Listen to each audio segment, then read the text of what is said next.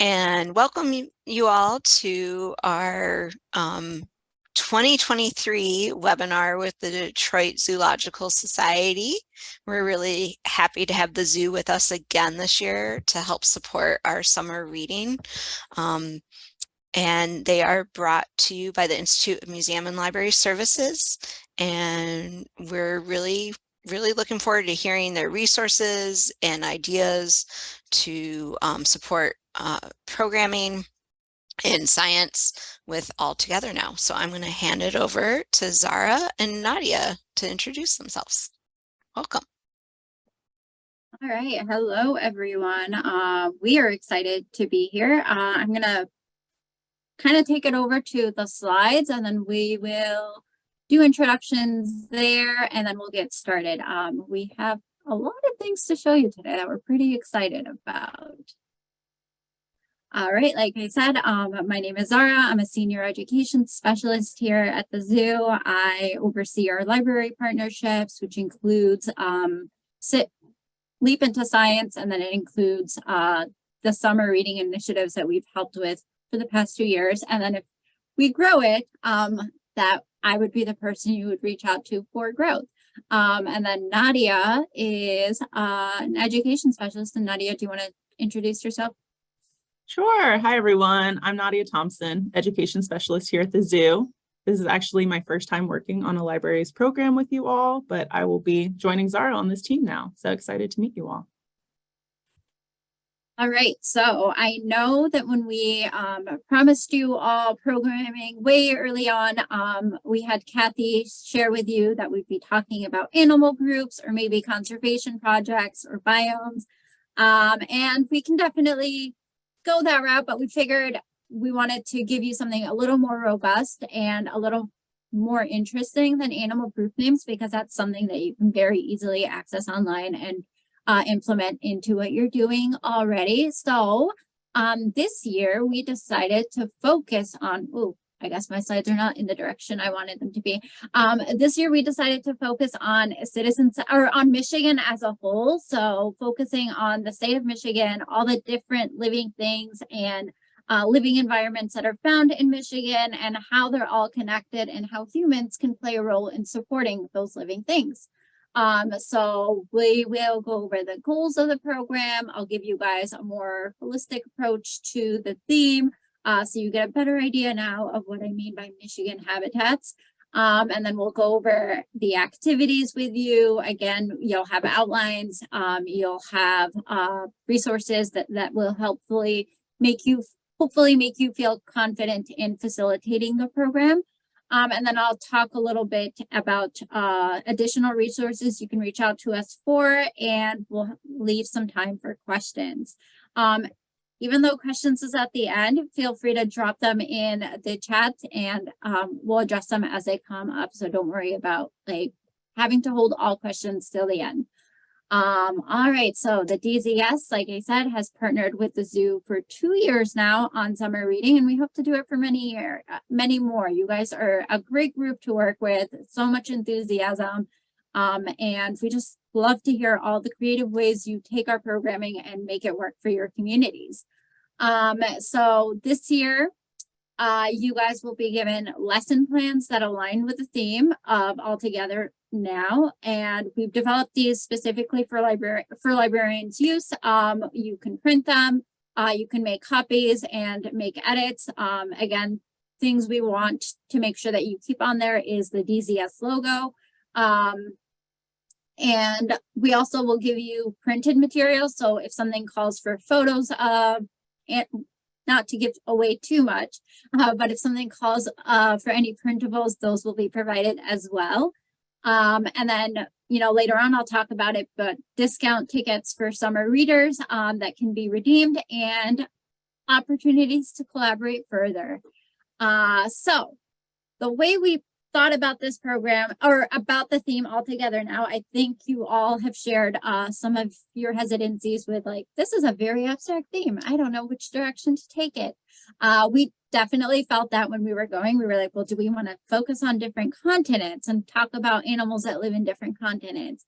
Do we want to talk about animal groups and their names? And then we were like, let's talk about like Michigan and the different ecosystems or habitats that make up Michigan. You know, it's a great place to live, lots of diversity here in terms of ecosystems. We have lakes and rivers, we have grasslands, we have forests, we have wetlands, and all of those things really help create a diversity of life that should be celebrated and studied. And that's where the citizen science will come in. So we will reflect on these organisms and on how they share the space and rely on the space. All of the outlines will include elements that give advice on how your participants or you could help these habitats. And then again, that citizen science element so that you could be a part of providing data about these places. Again, we provided books, book recommendations that we think work well with the themes, but I'm sure you will have more book recommendations to add, and we would love to hear what they are. We're always looking for awesome books to use throughout all of our programming. So if you come across some awesome books throughout the course of this that you see and you're like, this fits really well with the Grasslands theme, or this fits really well with wetlands, feel free to just share it our way, because we will probably make use of it at least in one place. All right. I feel like I rushed through that. Any questions?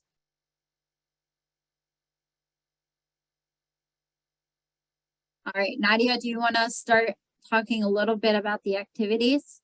Absolutely. So like Zara said, we formatted this to look at 5 different habitats.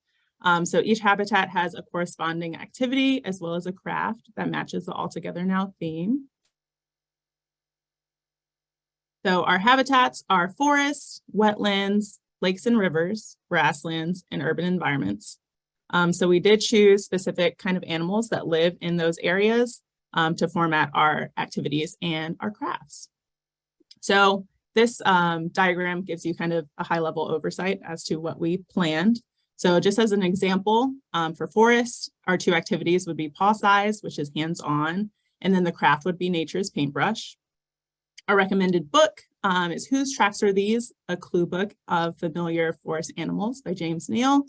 And then for each of the habitats, we did include a citizen science component as well. So that is something, obviously, you guys can choose whether or not you'd like to use, but citizen science is really cool because it's participatory. So if you have guests coming into your library, they can choose to take part in real science. It's data-driven. Their data is going to be used for real scientific research, which I also always think is a really cool selling point. I'm going to take a step back and Yes. just define citizen science, because I feel like we know what it is because we're immersed in the world, but maybe not everybody is as familiar. Citizen science is basically science that everyday citizens can participate in. So it might be going outside and taking track of what the cloud, or taking a picture of what the clouds look like and uploading it to a scientist's research. It might be taking account of the number of dandelions or what stage of growth they're in. And all of these things are the only way really that we're tracking seasonal changes. The amount of data that's needed is so large for environmental science that it's not something that's done just by scientists. It really is dependent on people everywhere participating and helping with it. There's programs for really young ones. There's programs that are a little more complex and maybe more need, more understanding of scientific practices to implement, but it is meant for the everyday person to train and then be able to collect that data and then give it to someone who will make use of it. Along that lines, if any of you are into birds at all and you follow like eBird and you've seen their really cool migration maps where you see birds move up and down and you see how populations move over time, that's actually all data provided by citizen science that builds those maps out. People saying where they saw the birds and when they saw them helps provide the data that understands the migration pattern of all the birds that you see on eBird, which is the most extreme bird website you can think of. All right, Nadia, I'll give it back. Yes. Sorry, can I jump in just real quick? I put it in the chat, but CSLP is now a new partner with Citizen Science as well. And they're going to have a webinar coming up in March that I'll share out to Well, I libraries. actually have that listed later on in the Oh. slides because I was like, we got a head start when I saw that. Awesome. Thank you. Yes, like Zara said, citizen science is really awesome, and it ranges, right, the spectrum of difficulty. So one really cool thing is that some of these have really low barrier to entry. Sometimes it's just a piece of technology. If you have a laptop to a phone and you're just logging things like the temperature or whether or not it snowed or rained outside. Biodiversity Peak, for example, the one under forest, is just about taking pictures of things you see outdoors that scientists then use to determine species or populations. So pretty awesome that you get to participate in science, and kids as young as, kindergarten or younger can do it. Okay, so I've mentioned habitats, activities. We can start going over them. You're fine, Zara. So we'll move on to forests. So our little transitioning tidbit is Michigan's deciduous forests are home to a variety of animals, including mammals, insects, birds, and more. So we definitely honed in on the mammals. So our activity for forests is all about paw size. So this is a comparative activity. You guys will receive these, as Zara mentioned. These will be printables. So we'll have a page for the animal's paw print or hoof, and then your participants are going to compare their hand to that animal's animal track. So they're determining whether or not their hand is bigger than, smaller than, or the same size as that animal's. Of course, the slide that you just saw with the examples are not to scale. Some of these are really huge and will take up the whole page. But it's really cool for kids to get that kind of scale to really determine how big animals can be in real life, especially animals that they don't see very often. So the prints will be to scale. Yes, they will be to scale. Yeah. So our recommended books, whose tracks are these? I mentioned that earlier. Another option is In the Snow, Who's Been Here, which is the same concept, just winter themed. So we have a craft as well for our forest theme, which is Nature's Paintbrush. This one I think is really cool. I'm just going to throw that out there. So you are harvesting these materials yourselves. It's natural material. So you go outside, find some sticks and some foliage or leaves. And essentially the stick is going to serve as the paintbrush handle and the leaves are going to be the bristles. And then you connect them using either like twine or a rubber band. And you're creating a painting with that paintbrush. So one really cool thing is to see how the painting changes depending on the leaves that you use. And these can turn out to be really, really awesome. So I think that's a great activity. So here are some examples of the paw prints. Like I said, these clearly are not to scale, but this is what they'll look like. So on the far left, there we go. You have a moose hoof. In the middle is a wolf, and on the far right is a tiny little raccoon hand, which looks a lot like a human hand, actually. And then the animals we focused on giving tracks for are all local or found locally. Yeah. Yes, all forest animals. So things from raccoons and opossums to deer and moose, all animals that can be found in Michigan forests. All right, on to wetlands. So wetlands are among the most diverse habitats in the world. Amphibian, shorebirds, insects, and more all find everything they need in these habitats. This time we honed in on amphibians. So a lot of this is looking at camouflage and how it works in nature. So our activity is called Spot the Amphibian. It is an observation and identification game. So you're looking at pictures and the amphibian is hidden in the picture and your participants can try to find the hidden amphibian. Recommended books about finding meadow frogs, which are really good at camouflaging. So there's a story about that. Another option is Over and Under the Pond by Kate Messner, which is pretty popular these days. I love that book as well. The craft for wetlands is Camouflage Frog. So this basically, we give you the outline of a frog that you can print out, and you can encourage your guests to create a camouflage frog that will match a specific habitat. So I would prompt them and ask them if they would like to create a frog that can be hidden in the desert, the jungle, the forest, and then they're going to color in the outline of that frog that would match that habitat. And then another extension to this would be for you all to create your own camouflage frogs that can be hidden around the library too.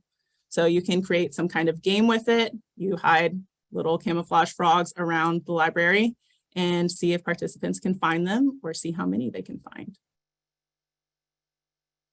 So the next slide has 2 examples of the spot an amphibian activity.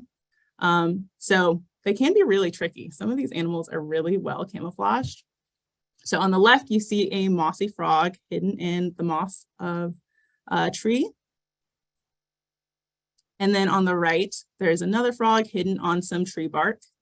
So this is really great for observational skills, especially for little ones. Even as an adult, it might take you a second to find them. I know when I was looking for these photos, I had some trouble spotting some of the amphibians. So it's a really cool and sometimes challenging activity.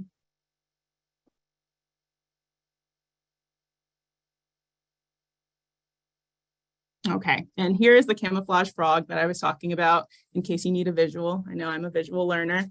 So here's the frog outline. Like I said, you can encourage your participants to match a specific habitat. And this is also the frog that you could camouflage yourself to hide around the library.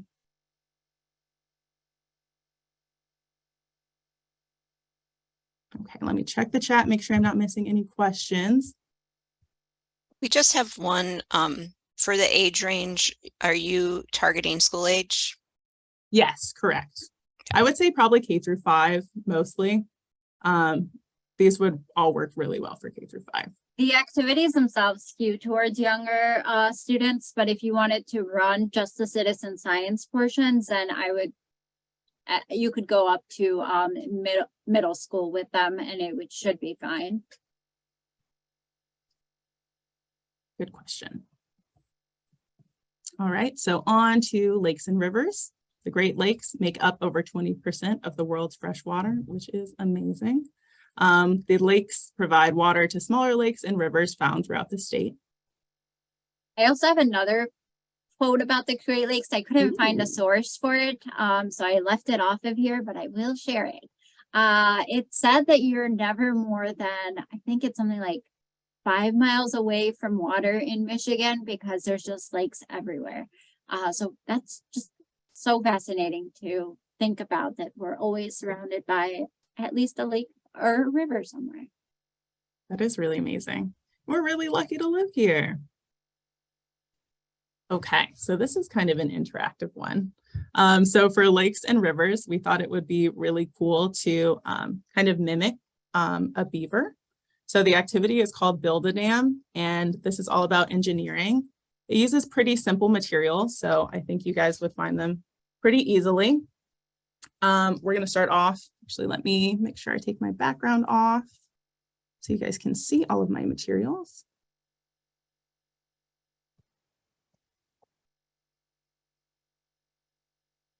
Let's see, there we go. Okay, so I have a shoebox, clear shoebox.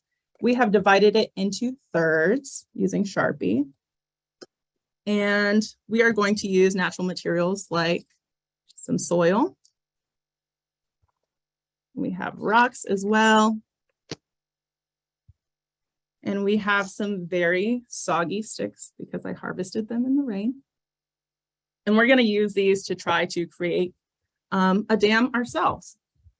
So for this activity, you are going to tell your participants to build in the middle. And so the goal of this activity is to build a dam in the middle, pour water into one side, and see how well the dam works. So if it works really well, the water won't run to the other side. It'll kind of stop at the dam.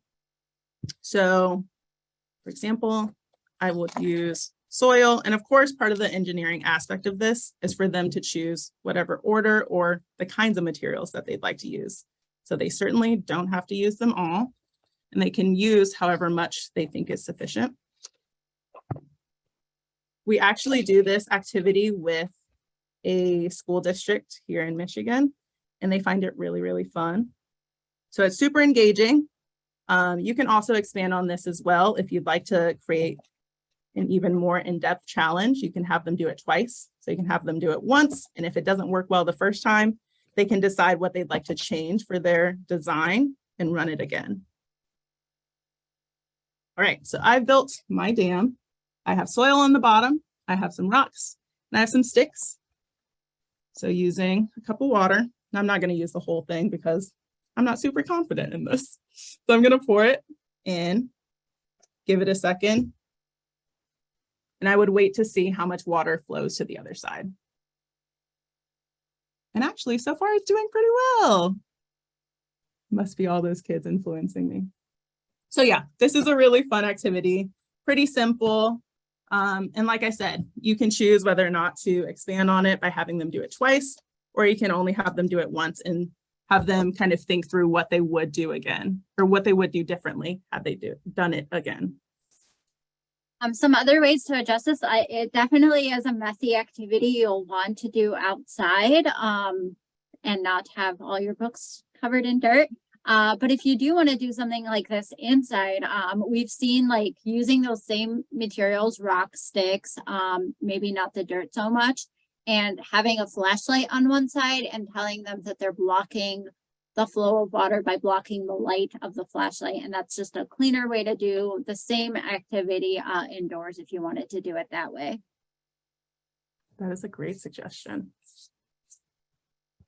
Go back. That could to also be a sharing. cool point to touch on biomimicry, right? So we build dams to stop water in our real lives. That's an engineering skill that we've taken from beavers. So touching on that could be really cool too.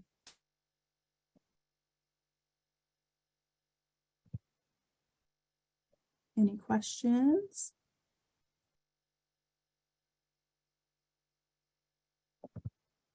I'm not seeing any. All right. So there's a photo of some students mimicking what we just did. Like I said, they have a really good time doing that activity. So if you are willing to deal with some mess, take it outside, they'll have a really great time. All right, we have grasslands as well.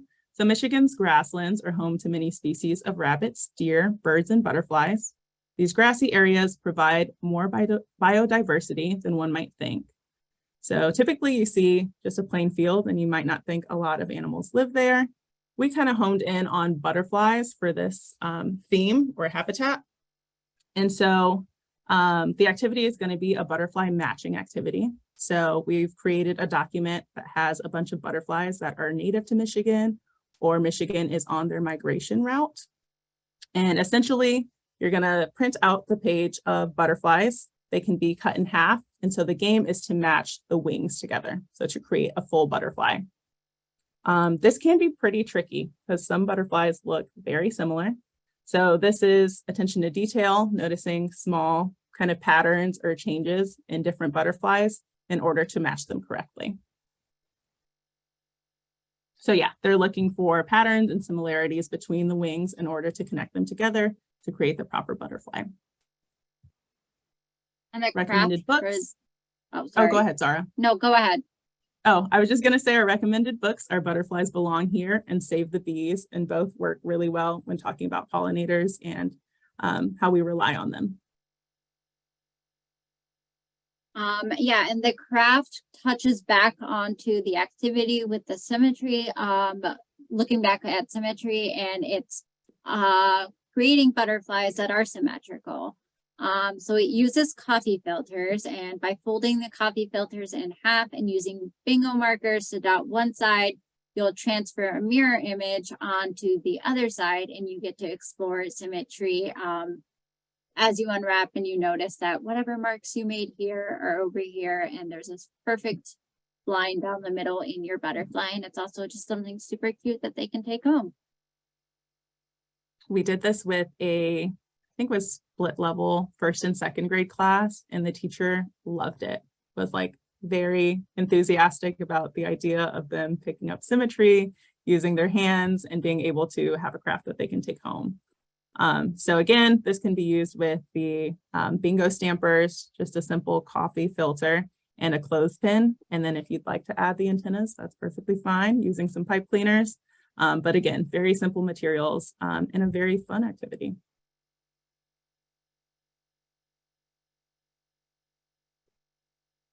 All right, Zara, I'm going to pass it to you for birds. All right. So for urban environments, we wanted to focus on the fact that a lot of us do live in cities, and the environments might not lend or might not give us the initial reaction that we are exploring nature, but really these urban environments, despite the concrete and the tall buildings, are still wildlife, and they're coexisting alongside humans, and we can explore that coexistence that is happening. So for our activity, we have a version of Guess Who called Guess Who, where people will get a chance to learn 16 different species of birds that are commonly found throughout the United States and here in Michigan.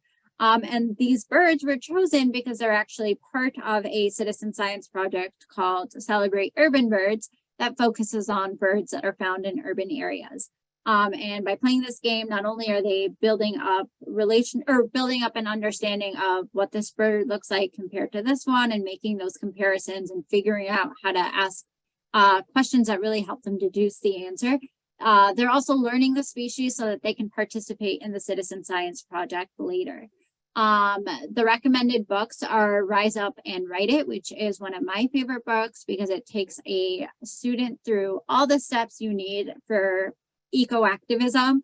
It's all about how a little girl notices a problem in her urban environment and figures out how to find the solution and how to provide herself with more green spaces. And then City Hawk, which is a great story about recovery of an injured animal. And then the craft is one of my favorites. We've tried this with anywhere as young as kindergarten all the way up to 8th grade, where they're building a bird using modeling magic and then model magic, Play-Doh, anything else that you can kind of shape the way you want to. And then other materials like googly eyes or sequins or feathers or pipe cleaners, and they're creating a bird and then describing what habitat that bird would live in. So does it have, does it fit in, is it darkly colored and fits into an urban environment, or is it bright and will stick out? Like all sorts of things you can take with that. So looking at the birds, you'll get cards that look like these. They'll include the names of the different birds so that people can start to understand what they look like. Some of the birds that have really drastic differences between the male and the female species, you'll get 2 photos for them. And you'll be able to play this game, ask questions, figure it out, and then learn these species in order to do an observation. And then the observation is really something that's well thought out for group settings. So Celebrate Urban Birds involves, doing observations for 10 minutes in a designated space time. And then whether you see birds or not, you're submitting data, because knowing that there aren't birds there is just as important as knowing there are birds there, because it gives us information as to like, maybe this habitat needs more green spaces. Maybe it's a little too urban if the birds aren't finding anywhere to be there. Because like I said, like some of these birds are super common. You're talking about house sparrows, rock pigeons, super simple birds that should really be found anywhere and is a great activity to start birding with students. So I'm going to get out of these slides for a second and show you guys the folder that we're in that you will all have access to. So let me see. Should have had it pulled up ahead of time.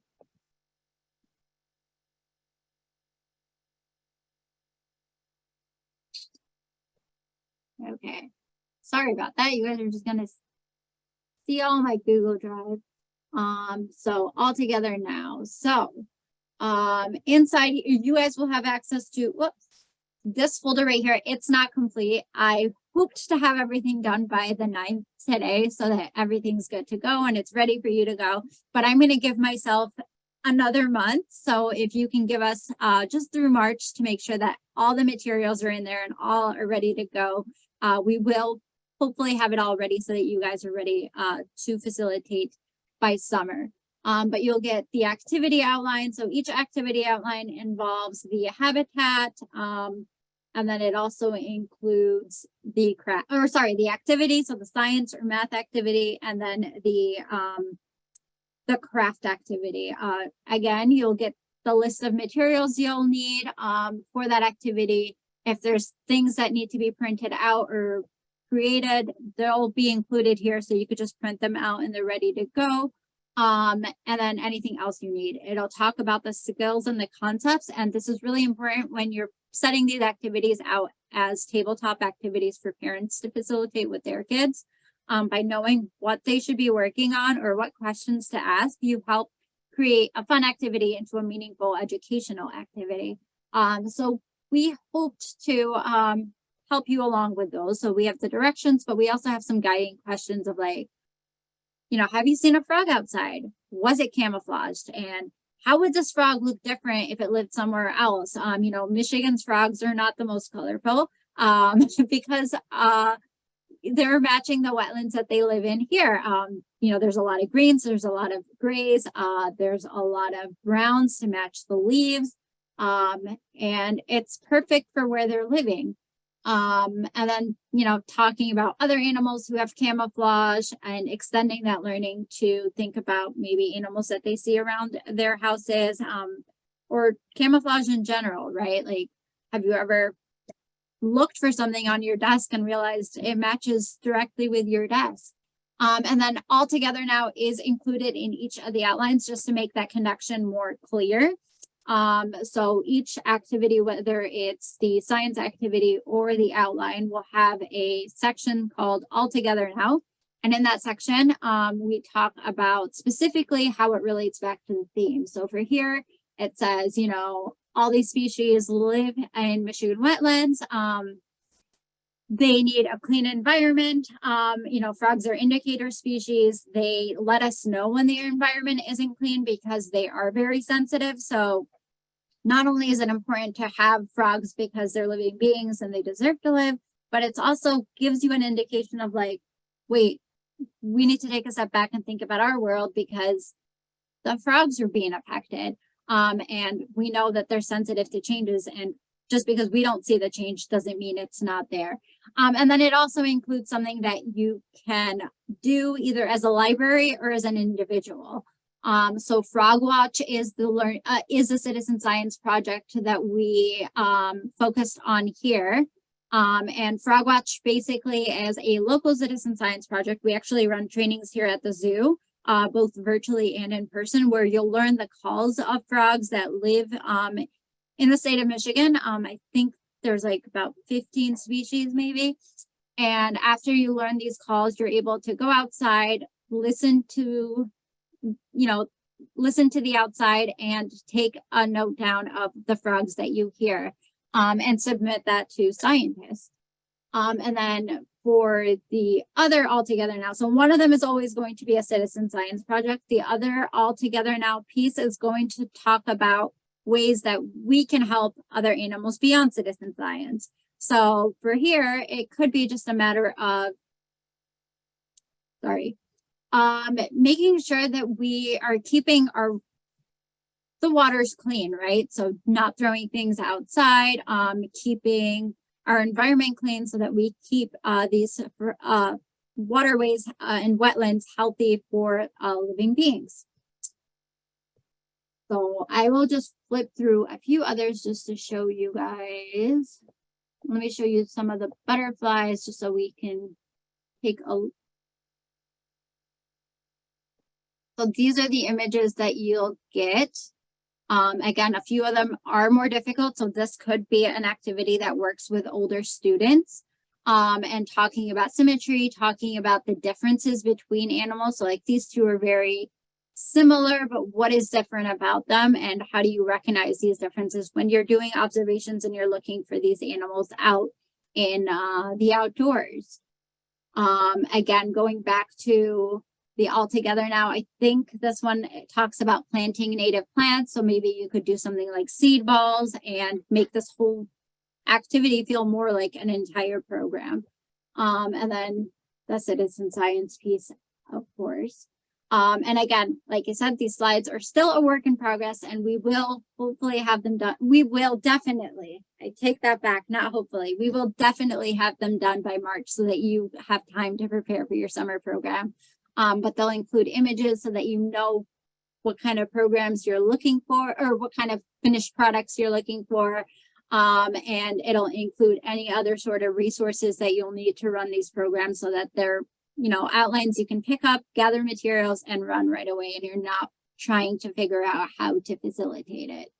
The other things you'll get here is the images. So like I said, the images are placed in the slides, but if you want them to scale, they will be included as links over here so that you can print them out. Let me go back to our slideshow.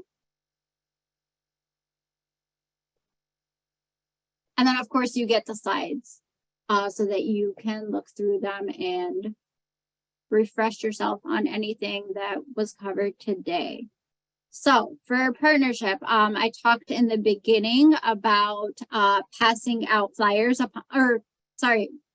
students receiving discounted tickets if they reach their reading goals. So last year, a few of the libraries created flyers, and those were helpful in like giving parents or giving readers a tangible like reward for what they did. So we wanted to take that and make it so that it was universal, so that you all have something to give to your readers when they complete their reading goals. So we created this, and it basically is left vague enough so that your goals can be by hours, or it could be by books read, or whatever limitations you're putting on what this prize is. It also gives them instructions on how to redeem. Last year, there was a bit of confusion, probably from our end, as to when things can be redeemed and when they can be used. So we wanted to make sure that we were very clear on that. And then eventually there'll be a QR code here so that they can just scan that code and be able to purchase their tickets right there and then, because the tickets won't be able to be purchased at the front gate. So once this flyer is complete, I will upload a PDF of it into this all together now folder, and you'll be able to just print it out or share it virtually if you want with your families, and then they can use that to redeem. The other thing we're asking you to do is submit program numbers. We had 30 libraries submit program numbers last year, and it's a big help in providing evidence of why we need to keep doing this program, right? If I can go in and say, you know, we met with libraries from all over the state, here are all the zip codes we worked with, here are all the students we touched, here are all the students we've worked with, here are all the families who have attended our program or benefited from our program. It makes it a priority to facilitate, to continue doing this project. So I will ask you to click on this link right here in the resources, and maybe I can share it out in another way so that it's more clear. But once you're done with the program, you'll write your name, your library or your email, your library's name, your county, and your zip code, because that is how we track our reach. And then just to let us know how you ran your program and the numbers of your participants. Now, this will be different than an evaluation, so we would love it if you could give us your feedback on the program itself. But this right here is just for numbers so that we can go back to different leaderships within the zoo and just say, like, this is a worthwhile program and we want to keep doing it. Hey, Zara, can I just clarify too, on the state level? So we send out a survey to all libraries through CSLP to report on your summer reading as a whole. What Zara is asking for is for if you conduct specifically these zoo programs. So you don't need to compile all your programming, but I will be collecting all your programming. Yeah, for me, so, just the zoo. Just to clarify. And then the other things I wanted to share, let's see. I need to hide this thing. Let's see. There we go.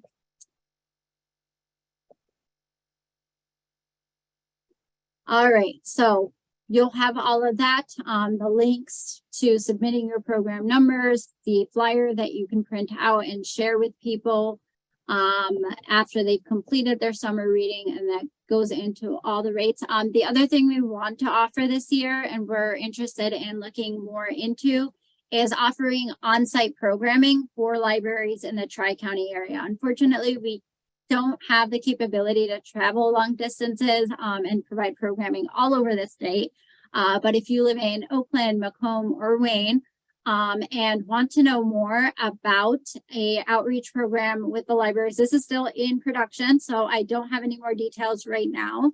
But a program where an education facilitator from the Detroit Zoo would come out to your staff, come out to your families, most likely bring biofacts and bring other activities that are not on here.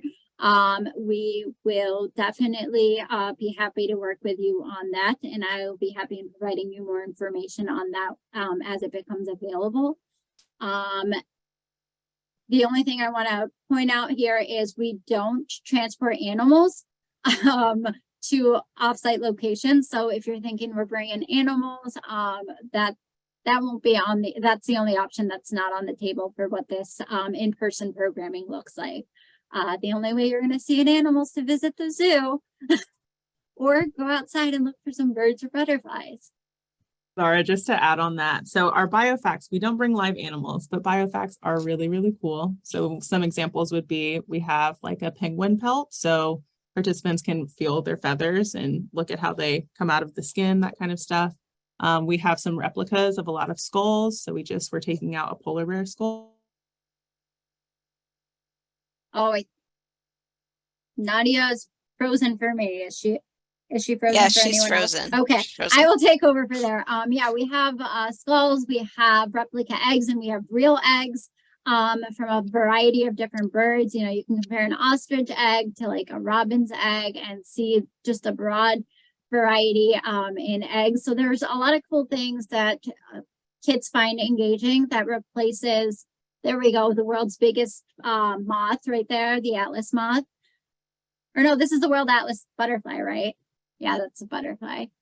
Yeah, so we would be happy to look into creating an in-person program for those Tri-County areas and going out to your libraries and hosting a program based on a specific habitat.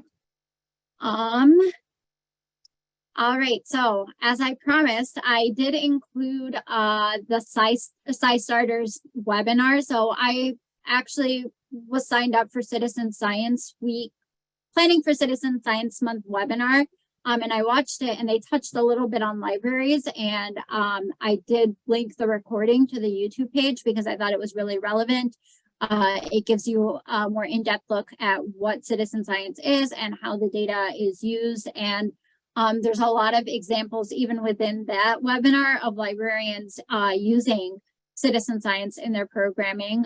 So feel free to check it out. I thought it was a really well done webinar that was about an hour long. And then you all have a head start now on All Together Now Citizen Science Edition. But next month, they will be hosting another webinar that I'll probably be watching because I did like their first one. So I'm going to check out their second one about citizen science and integrating it into your summer reading. And it can hopefully give you guys more ideas on how to grow what we gave you into kind of mini programs for the entire summer.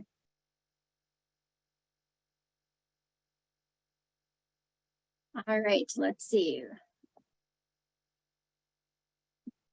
Pause for questions.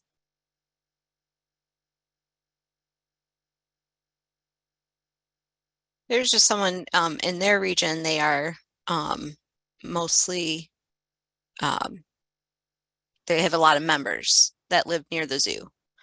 So Okay. any suggestions in terms of prize, and I suggested, you know, they can share it with a friend. So All Together Now, go to the zoo with your friends.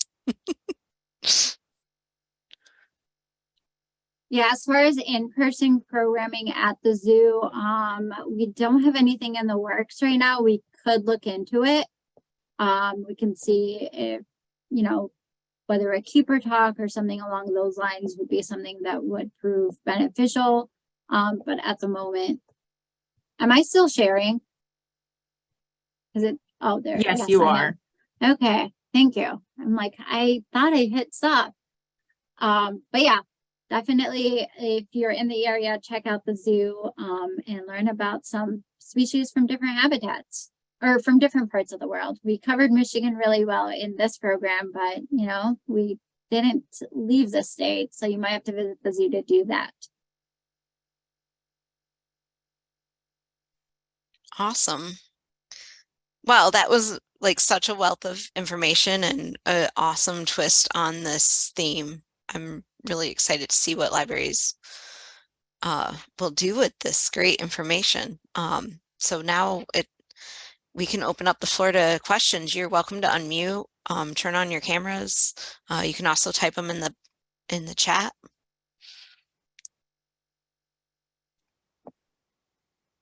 I figured out what I did earlier. I stopped my video, not stopped sharing. It's hard when you're trying to do all the things.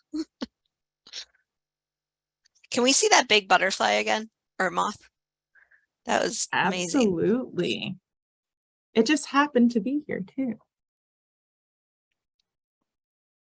Wow. It's giant. And that can be found in Michigan, or is that? No, this is not okay. Michigan native. Okay.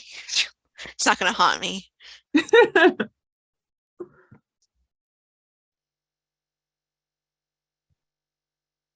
I did have a question for people who did the program last year and are looking to do it this year. Last year, we included a sheet that was more like directional signage that you would put like if you were running station-based. I felt like some of these activities didn't really lend themselves to station-based, so we didn't do that this year. But is that something that you're like, no, we really loved that you had directional signages and we wish you'd bring it back?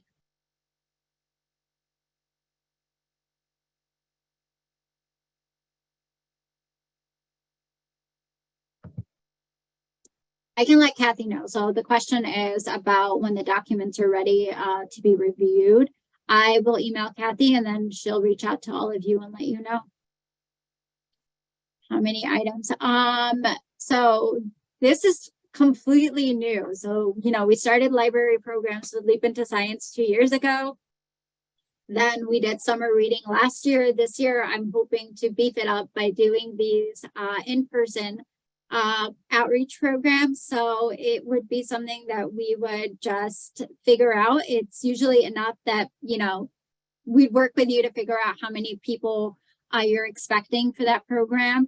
And we obviously don't want to have like 3 things while everybody else just watches, because these things, regardless of what they are meant to be shared and passed along and touched and felt with. And if you're, you know, waiting a half hour to touch something, that's obviously not a super engaging program. Mm-hmm. I also imagine, like Zara said, it's in the works, but I imagine that it could be themed too. If you have something in mind, if you're looking at native wildlife or the Arctic, like I'm sure that we could bring biofacts that are themed to whatever you're interested in. Yeah, absolutely. Like if you want to, you know, have your library focus on habitats in Michigan and then bring in the zoo to focus on a habitat outside of Michigan, we can bring some of the more exotic biofacts out there that really get a reaction. We actually just took out our polar bear last week to our polar bear skull last week to all of our after school sites that we work with, and the amount of "it's a dinosaur" we heard was just amazing from all ages. Like our after school program runs from the youngest kindergarten all the way up to 8th grade, and there wasn't a kid in between that range that was not interested to explore. Cost, I have no idea. I will get back to you on cost once we develop what a program looks like. It'll probably be an hour. I don't want to give any sort of range because deciding price is something that's just above me. So once I've discussed it with my manager and I've shown that there's a lot of interest, you know, we'll reach out with the mind that this is a pilot. So we will try to keep the rate somewhere that is understanding of the fact that it's a pilot and it's something that we're doing together and not just something that we're giving to you. So it looked like there were a couple questions about the signage, directional signage. So could you expand on what directional signage is and how that might differ from the lesson plans? So the lesson plans are, again, this year there's less of a difference, but last year the lesson plans were more like how to set up the activity and then leave it there. So like one of them was a sensory bin. So it was like all the things to put in the sensory bin and then you set it out. And then the directional signage was more like, hey parents, these are the skills, these are the questions you should ask, and less of, you know, setup. This year we kind of like managed to put them all into one document so that parents could look at the directional signage and still get those skills and get those questions to work on with kids. But if you wanted me to separate them out, we could do that. And then there did seem to be some good feedback that they liked the signs too in the chat. So they did like that signage. Cora, I saw her hand up. Oh, now she's. Thanks, Kathy. I just wanted to thank you again for a fantastic offering. And when you first said we didn't provide directional signage, because that, you know, whatever you provide for us is amazing. Stations work for a lot of the, especially lower staffed libraries. But if the amazing project that you're providing to us doesn't lend itself to that type of, you know, leave it station based, then don't worry about it. But again, thank you for amazing resources. Absolutely. Thank you for the feedback too. That's super helpful because we were, as you can tell, caught in between whether or not to create it. So to know that some people like the more like independent station-based format. They're not hard to create. Once we create this one document, it's just a matter of copying, pasting, and editing a few words. So it might be just something that we get done by March. And I saw there's quite a few new folks to summer reading. So don't forget your collaborative summer library program manual. There's lots more great programs in there, but we're super grateful to have the Detroit Zoo share their science-based knowledge with us and these really great fun products or programs. So if we don't have any other questions.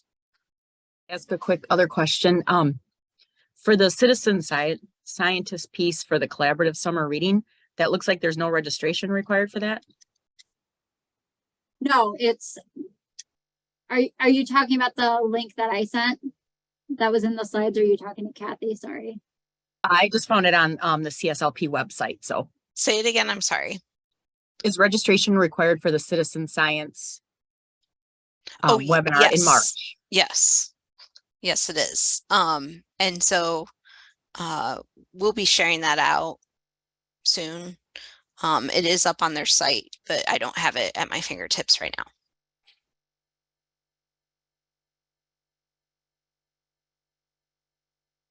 And then the other thing I want to share is that we love to see what you do. A few libraries last year shared with me some of the projects their families worked on, or, you know, just feedback after they ran the programs by sending us a quick email. Seriously, so appreciated. It gets shared, you know, on a small level, and then it gets shared on very high levels. It goes into our reports, and it really helps solidify this partnership. So if you run the program and you enjoyed it, and you have photos to share, do not feel like I don't want to clutter her inbox, because I'll be waiting for them. I'll be so excited to see them.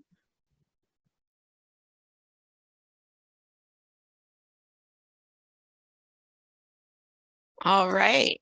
Well, thank you guys so very much. Quick reminder to everybody, take a minute, please fill out the survey. I popped it in the chat here for you, and I'll be keeping you updated. And we also have your registration list, so we'll send a direct registration email in March when all the items are pulled together and ready. So, and when we have news on the discount as well. We really appreciate the Detroit Zoo. Nadia and Zara, thank you so much for your time with us, and hope everyone has a good day. Thank you for having us. Have a good afternoon. Thank you.